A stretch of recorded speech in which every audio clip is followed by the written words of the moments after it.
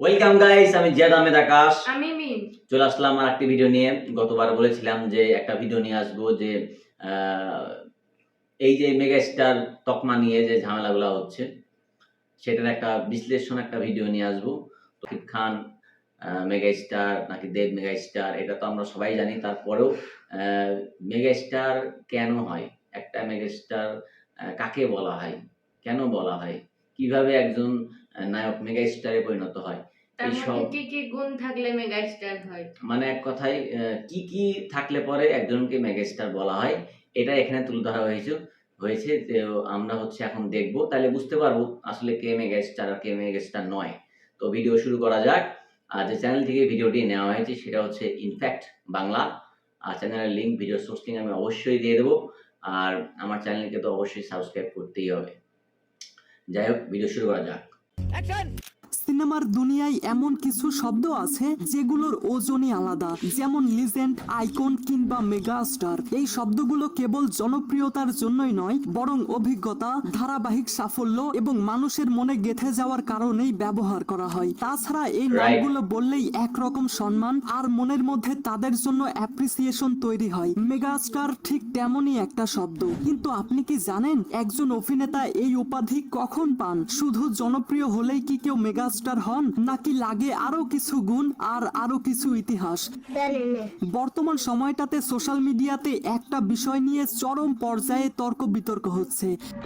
কেননা চাচা, সম্প্রতি টলিউড ইন্ডাস্ট্রির পক্ষ থেকে দেবের রঘু ডাকাতের প্রি টিজার ড্রপ করা হয়। যেই প্রি টিজারে দেবকে মেগাস্টার ট্যাগ দেওয়া হয়েছে, যেটা দেখার পর এক পক্ষের এমনটা দাবি যে বাংলাদেশ শুধুমাত্র একজনই মেগাস্টার রয়েছে, আর তিনি হচ্ছেন শাকিব খান। আর শাকিব খানের মেগাস্টার ট্যাগ কপি করে দেবকে দেওয়া হয়েছে। কিন্তু আরেক পক্ষের এমনটা দাবি দেব ও মেগাস্টার ট্যাগ বহন করার পোটেনশিয়াল রাখে। দেব ও টলিউড সাম্রাজ্যের রাজত্ব করা এক রাজার নাম। তাহলে দেব কেন মেগাস্টার হতে পারবে না? অবশ্যই দেব ও মেগাস্টার। তো আজকের এই ভিডিওতে আমি তো এটা আলোচনা করব না যে আসলে কে মেগাস্টার, কিন্তু আজকে আমি এটা ঠিকই আলোচনা করব যে কখন একজন অভিনেতাকে মেগাস্টার বলা হয়, এবং ভিডিওর শেষে আমি শাকিব খান এবং দেবের কিছু ক্রিয়েট করা ওয়ান কাইন্ড অফ ইতিহাস বলবো, ঠিক আছে? লেকিন শুরু করনে সে পহলে যারা আমাকে না দেখেও প্রতিনিয়ত আমার ভিডিও দেখে, নিঃসন্দেহে তাদের চয়েস অনেক ভালো। যতই তুমি তেল লাইক একটাও দেব না। আরে সাসা, এই একটা কথা বলা, এই কথা তুমি কবির পারলে। So this is going to be an very interesting video. তাই ভিডিও শুরু করার আগে চ্যানেলটা সাবস্ক্রাইব করুন। আরে বাহ, আপনাকে থ্যাংক ইউ। ওয়েল, প্রথমেই বলা দরকার, মেগাস্টার হওয়া মানে শুধুমাত্র ভালো অভিনয় করলেই হবে না। একজন মেগাস্টার হতে হলে তাকে হতে হয় সময়ের চাইতেও বড়। তার নামটাই যেন একটা ইভেন্ট হয়, যেন দর্শক তাকে দেখলেই হলে ছুটে যায়। তার সিনেমা রিলিজ মানেই যেন একটা উৎসব, যেন একটা ঈদের মতো দিন। যেমন বলিউডের সালমান শাহরুখ, সাউথের রজনীকান্ত, খেলাপতি বিজয় বা বাংলাদেশের শাকিব খান, এদের নাম শুনলেই মানুষ কল্পনায় চলে যায় বড় পর্দায় আর বড় কাহিনীতে। তো চলুন এবার জেনে নেওয়া যাক কি কি কোয়ালিফিকেশন থাকলে মেগাস্টার ট্যাগ বহন করা যায়। যদিও এখানে কোয়ালিফিকেশন বলা আমার ঠিক হয়েছে কিনা আমি জানি না, বাট তবুও বললাম। যাই হোক, আপনারা কিছু মনে করেন না, ঠিক আছে? একজন মেগাস্টারের সব থেকে বড় পরিচয় তার স্টারডম, মানে তার নিজের আলাদা একটা ভক্ত গোষ্ঠী থাকে যারা শুধুমাত্র তার জন্যই সিনেমা দেখে, সিনেমা ভালোবাসে, সিনেমা দেখে কাঁদে অথবা হাসে। আর সিনেমা ভালো হোক বা খারাপ, দর্শক হলে গিয়ে তার নামে টিকিট কাটে। আর এই স্টারডম গড়ে ওঠে সময়ের সঙ্গে সঙ্গে একাধিক হিট, সুপারহিট এবং ব্যবসা সফল সিনেমা দিয়ে, এবং অবশ্যই একটা বিশাল দর্শক সংযোগের মাধ্যমে। তবে শুধুমাত্র স্টারডম থাকলেই মেগাস্টার হওয়া যায় না, তার মানে লাগে নেতৃত্ব এবং একটা ইন্ডাস্ট্রি টেনে নেওয়ার ক্ষমতা। একজন মেগাস্টার তার ক্যারিয়ারে এমন কিছু সিনেমা উপহার দেন যেটা ইন্ডাস্ট্রির দিকটাই বদলে দেন। যেসব সময়ে সিনেমা চলছিল না, মানুষ হলে যেত না, সেই সময়টাতে তার সিনেমাই হাউসফুল হয়। তিনি যেন নিজের দেশের সিনেমা ইন্ডাস্ট্রিকে প্রতিনিধিত্ব করেন, আর এটাকেই বলে লিডারশিপ বা নেতৃত্ব। মনে হচ্ছে আমি স্কুলে পড়াচ্ছি, এমন এমন শব্দ ইউজ করি। আসলে এমনটা মনে হচ্ছিল যে তোমরা স্টুডেন্ট আর আমি টিচার, আমি পড়াচ্ছি। যাই হোক, ওই টিচারই যেভাবে বিশ্লেষণ করতেছে, বিশ্লেষণটা অনেক সুন্দর। হ্যাঁ, মানে খুব খুঁটিনাটি বিষয়ে অনেক ভালো ভালো পয়েন্ট তুলে ধরছে।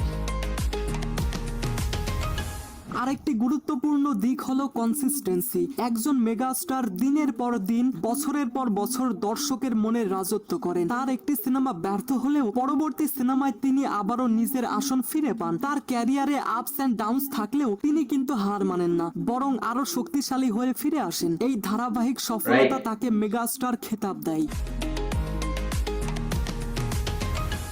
মেগাস্টারদের আরো একটা কোয়ালিফিকেশন হচ্ছে তাদের আলাদা একটা স্ক্রিন প্রেজেন্স থাকে, মানে তারা পর্দায় এলে চোখ অন্য কোনো দিকেই যায় না। দর্শক নিঃশ্বাস আটকে তাকিয়ে থাকে কখন তিনি ডায়লগ বলবেন আর কখন তিনি অ্যাকশন করবেন। তার হাঁটার ভঙ্গি, কথা বলার ধরন, এমনকি হাসিও দর্শকের কাছে অনুপ্রেরণা হয়ে ওঠে। তারা কেবল চরিত্র নন, বরং এক একটা সিনেমাকে নিজের নামে চালিয়ে দেন। And this is called megastar screen presence.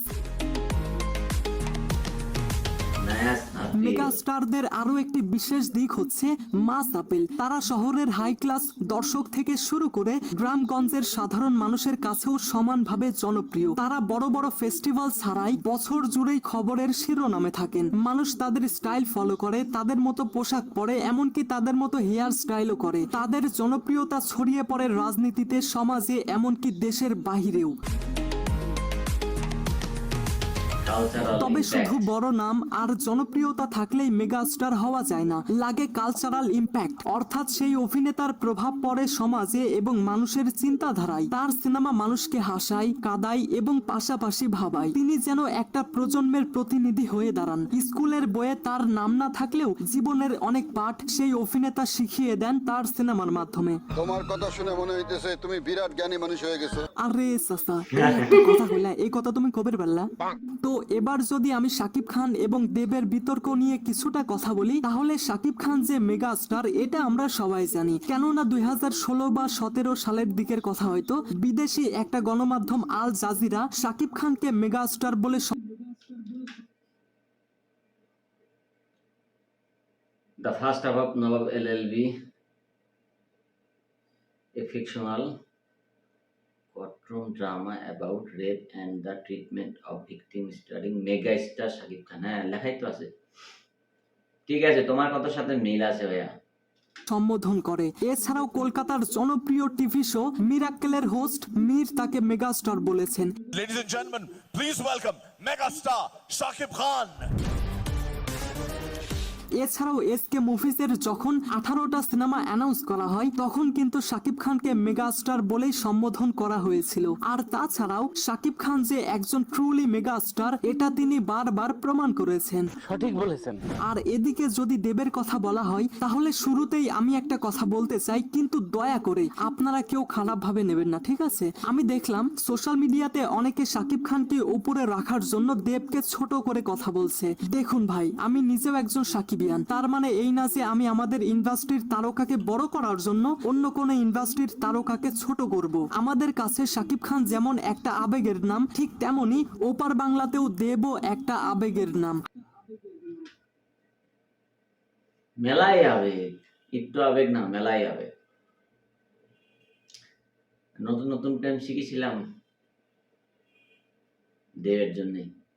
আমাদের ঢালিউডে যেমন শাকিব খান কিছু বিরল রেকর্ড তৈরি করেছে, ঠিক তেমনি টলিউডেও দেবও অনেক বিরল কিছু রেকর্ডের মালিক। কিন্তু আমি আবার এমনটা বলছি না যে বিরল রেকর্ড তৈরি করলেই মেগাস্টার হওয়া যায় অথবা যায় না। যাই হোক, আপনি কি জানেন যদি টলিউডের সর্বোচ্চ আয়কারী 10টা সিনেমার তালিকা করা হয় তাহলে প্রথম 4টা স্থান দেবের দখলে। দেব একসময় এমন ফ্যান ফলোয়িং তৈরি করেছিল যেখানে পাগলু, চ্যালেঞ্জ এবং খোকা বাবু এইসব সিনেমার ডায়লগ মুখস্থ ছিল হাজার হাজার ছেলে মেয়ের। কিন্তু এগুলো জাস্ট আপনাদেরকে ফ্যাক্ট হিসেবে বললাম, আমি কিন্তু এটা নিজের মুখে বলিনি দেব মেগাস্টার অথবা মেগাস্টার নয়, এটা তো আপনারা বলবেন। আর এতক্ষণ আমি শাকিব খান এবং দেবকে নিয়ে যেসব কথা বললাম এই সমস্ত কথার মানে একটাই, that's mean I am safe, আমি বেঁচে গেছি। ওভার এটা কোনো কাজ করলে ওই সেফ খেলে দিলে। ঠিক আছে, বিশ্লেষণ আমি করে দিচ্ছি, দাঁড়াও ব্রো। তোমার ভিডিওটা শেষ হোক। একজন অভিনেতাকে মেগাস্টার তখনই বলা হয় যখন তিনি একা হয়ে ওঠেন পুরো ইন্ডাস্ট্রির প্রতিনিধি এবং দর্শকদের আবেগের কেন্দ্রবিন্দু। তিনি কেবল একজন নায়ক নন, তার নাম উচ্চারিত হলেই চারপাশ আলোকিত হয়ে ওঠে। তিনি শুধু সিনেমা করেন না, তিনি মানুষের হৃদয়ে শাসন করেন। তো গাইস, আপনাদের কি মনে হয় দেব কি আসলেই মেগাস্টার নাকি মেগাস্টার নয়? যদিও আমি এই কথাটা না বললেও আপনারা কমেন্টে লিখতেন, তবুও বললাম। হারামজাদা হইছস মাগার বিশ্ব হারামি হইবার পারস নাই। তাইলে চাচা আজকের মতো আমি যাই, হ্যাঁ? So I hope you like this video. If you like this video then subscribe to my channel and press the bell icon. Thanks for watching guys. তো ভিডিওটি আমরা সবাই দেখলাম, আর যতগুলা পয়েন্ট সে বলছে প্রত্যেকটা পয়েন্ট ঠিক আছে। আর শাকিব খানকে মেগা স্টার বলা নিয়ে এটা তো কোনো সমস্যা নাই, কারণ সে অলরেডি এটা তকমা পেয়েই গেছে। মেগা স্টার আমাদের বাংলাদেশের 22 কোটি মানুষ, 22 কোটি মানুষই তাকে মেগা স্টারই ভাবেই চেনে।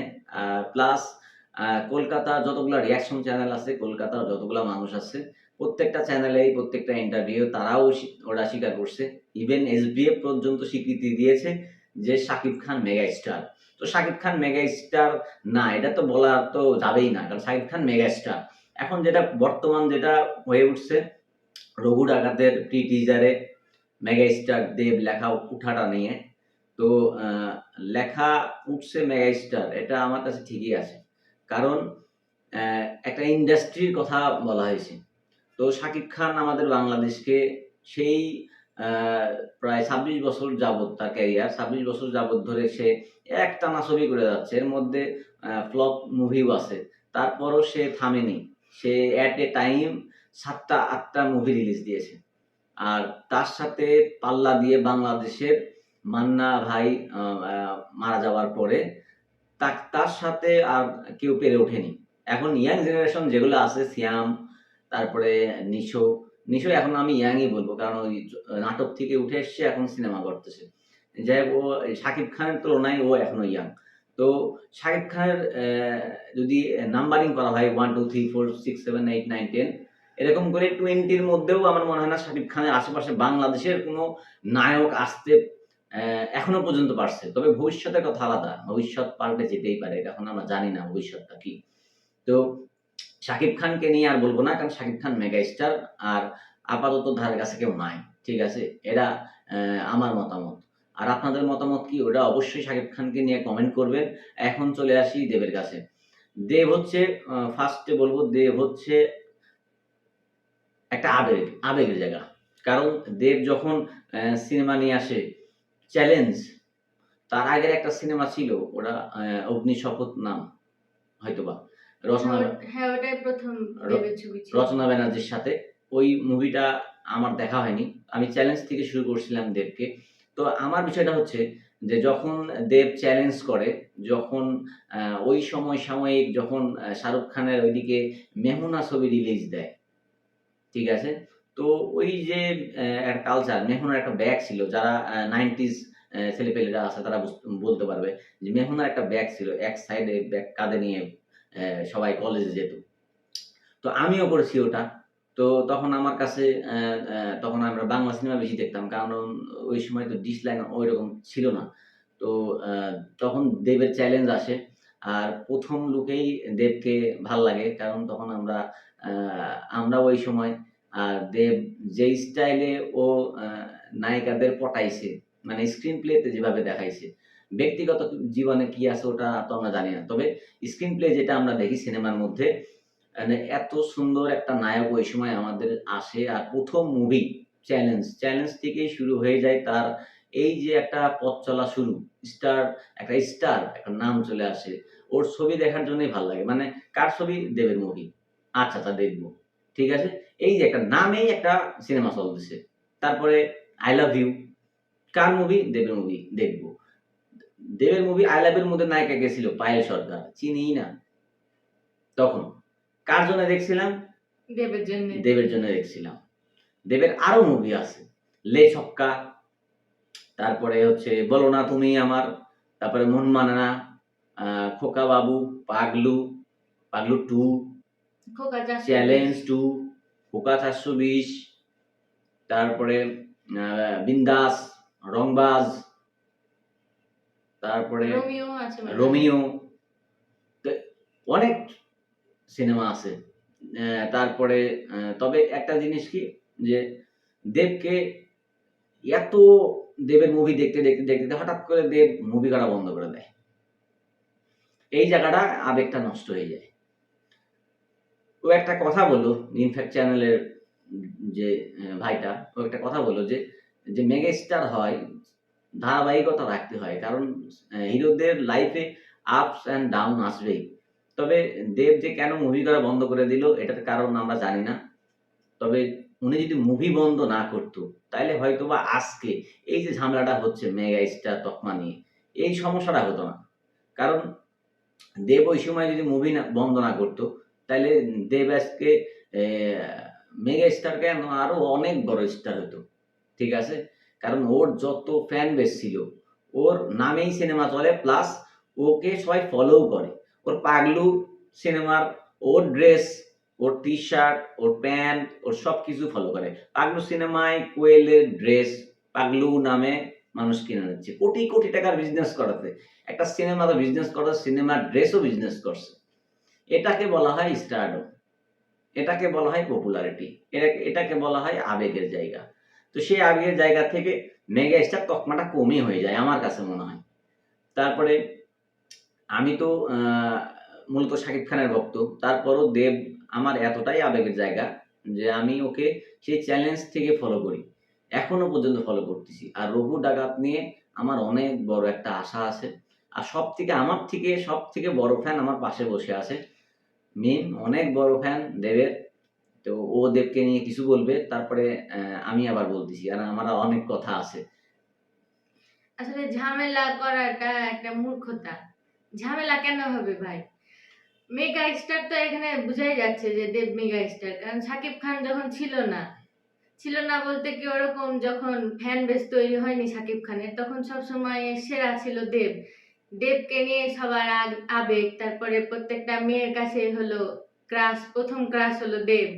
তারপরে দেব যেগুলা করতো প্রত্যেকটা মেয়ের ঘরে একটা হলেও পরেও হলো দেবের ছবি থাকবে, এরকম ছিল। তাহলে পরে তো সে মেগা স্টারই ধরা চলে।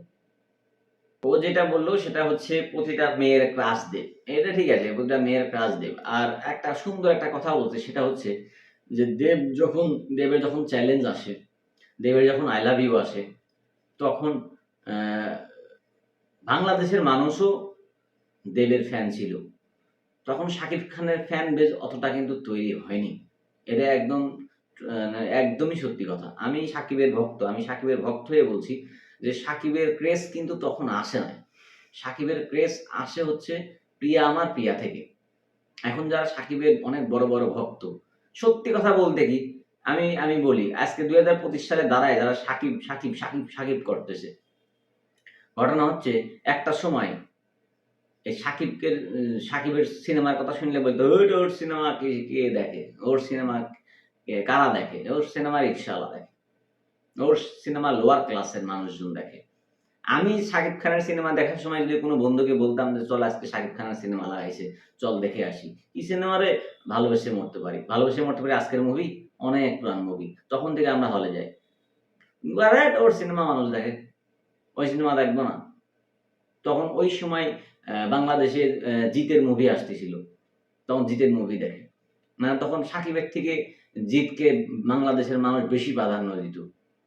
সাকিবের যদি অন্ধভক্ত হয়ে যদি কেউ থাকে, সেটা হচ্ছে সাকিব নিজের মুখ দিয়েই বলছে একটা ইন্টারভিউতে, আপনারা চেক করতে পারেন, যে আমার সিনেমা দেখে গার্মেন্টস শ্রমিকরা, আমার সিনেমা দেখে রিক্সাওয়ালারা, আমার সিনেমা দেখে নিম্ন শ্রেণীর মানুষজন। তো আমার কাছে এটাই সবচেয়ে বড় প্রাপ্তি, যারা এত কষ্ট করে মানুষজন টাকা উপার্জন করে, যাদের প্রত্যেকটা টাকার অনেক ভ্যালু আছে, তারা ওই টাকা ব্যয় করে আমার সিনেমা দেখে, আমি তাদেরকে একটু বিনোদন দিতে পারি, হাসি দিতে পারি। কথাটা অনেক সুন্দর বলছে। সিনেমা তো সবাই বানায়, কিন্তু এই মানুষগুলার যে বাজেট কম, তাদের মুখে হাসি ফুটাতে পারে আমাদের মেগা স্টার শাকিব খান, এটা অনেক বড় একটা কথা। আর আমি কখনো শাকিব খানকে কখনো কোনো বিতর্কতার মধ্যে দেখি নাই। সে নিজে কখনো কারোর গীবত করে নাই, সে নিজে কখনো ইন্টারভিউতে কাউকে নিয়ে উল্টাপাল্টা কিছু বলেননি। শাকিব খান হচ্ছে একটা খুব অল্পভাষী, ও অনেক বেশি কথা বলে না, অল্প কথা বলে। ওর কথা যে আমি বলবো কেন, আমি কাজে প্রমাণ করব। সে অলরেডি কাজে প্রমাণ করে দিয়েছে যে সে মেগা স্টার।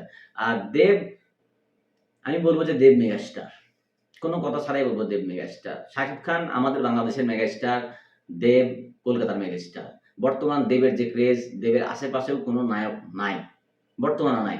এখন জিতের ভক্তরা বলতে পারেন যে আমাদের জিৎ দাও তো মেগা স্টার। হ্যাঁ, জিৎ দাও মেগা স্টার, কিন্তু আপনারা কলকাতার প্রযোজকরা যারা আছেন, কলকাতার প্রোডাকশন হাউস যারা আছেন, আপনাদের কাছে ডায়মন্ড আছে, ডায়মন্ড। জিৎ একটা ডায়মন্ড, দেব একটা ডায়মন্ড, প্রসেনজিৎ চট্টোপাধ্যায় একটা ডায়মন্ড। আপনারা ব্যবহার করতে পারেননি। হয়তো বা শুনতে খারাপ লাগতেছে, যারা কলকাতার মানুষজন আছে শুনতে খারাপ লাগতেছে। আপনারা নিজেরাও চিন্তা করে দেখেন তো, যে আমরা এই যে বাংলাদেশে থাকি আমরা এই জিনিসটা বুঝতে পারতেছি, আপনারা কেন বোঝেন না? আপনারা এসবিএফ প্রোডাকশন হাউস কেন দেবকে বাদ দিয়ে শাকিব খানকে প্রডিউস করে? কেন? বিজনেস। তারা টাকার চিন্তা করছে, তারা কলকাতা চিন্তা করেনি।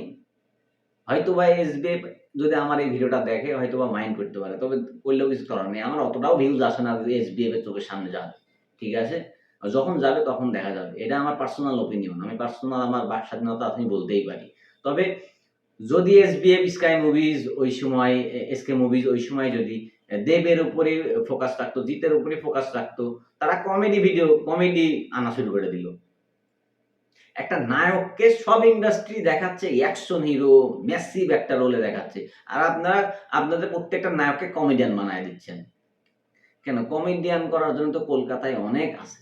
আপনার নায়কদের দিয়ে যদি কমেডিয়ান করান তাহলে তো নায়কের ওই ইয়াটা তো নষ্ট হয়ে যায়, ওই স্টারডমটা নষ্ট হয়ে যায়।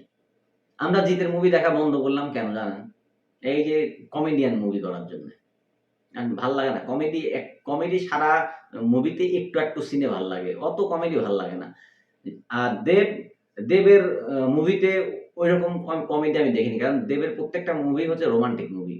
ওর মুভি ম্যাক্সিমাম সবাই যারা হচ্ছে 18+ ইয়াং জেনারেশন এরা সবচেয়ে বেশি দেখে, আর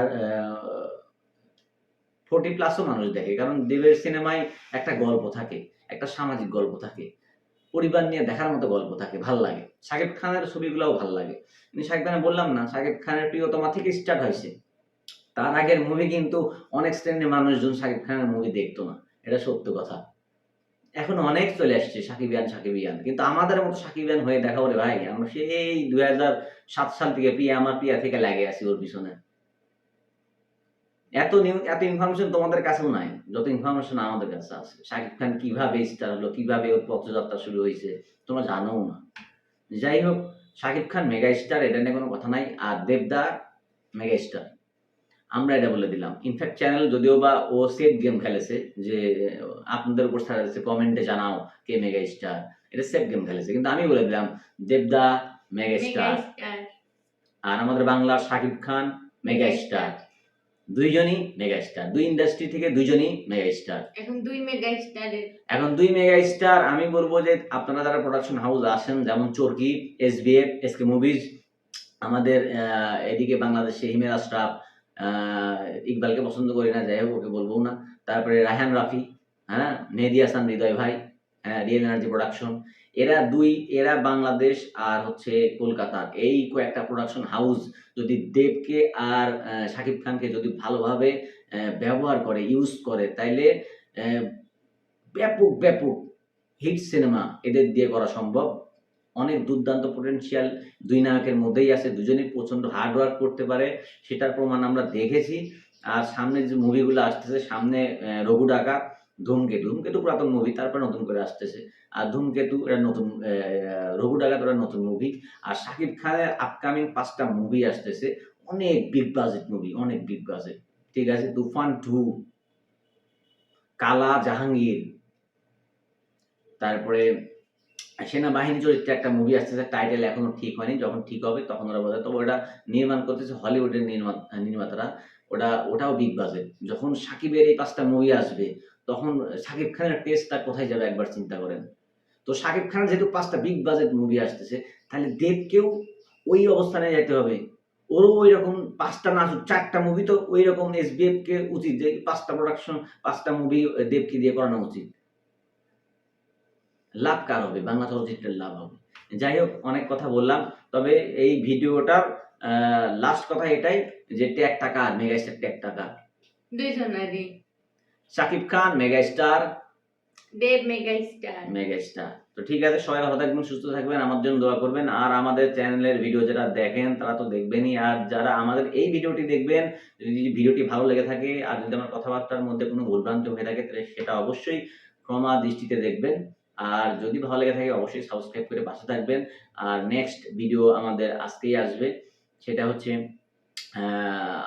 দেবের মেগাস্টার, দেবের সলিড কেস খেয়েছি। আর হচ্ছে শাকিব খান মেগাস্টার, প্রিয়তমার মাসুম। ঠিক আছে, তো আজকের মতো এই পর্যন্তই। দেখা হচ্ছে পরবর্তী ভিডিওতে। আসসালামু আলাইকুম, আল্লাহ হাফেজ।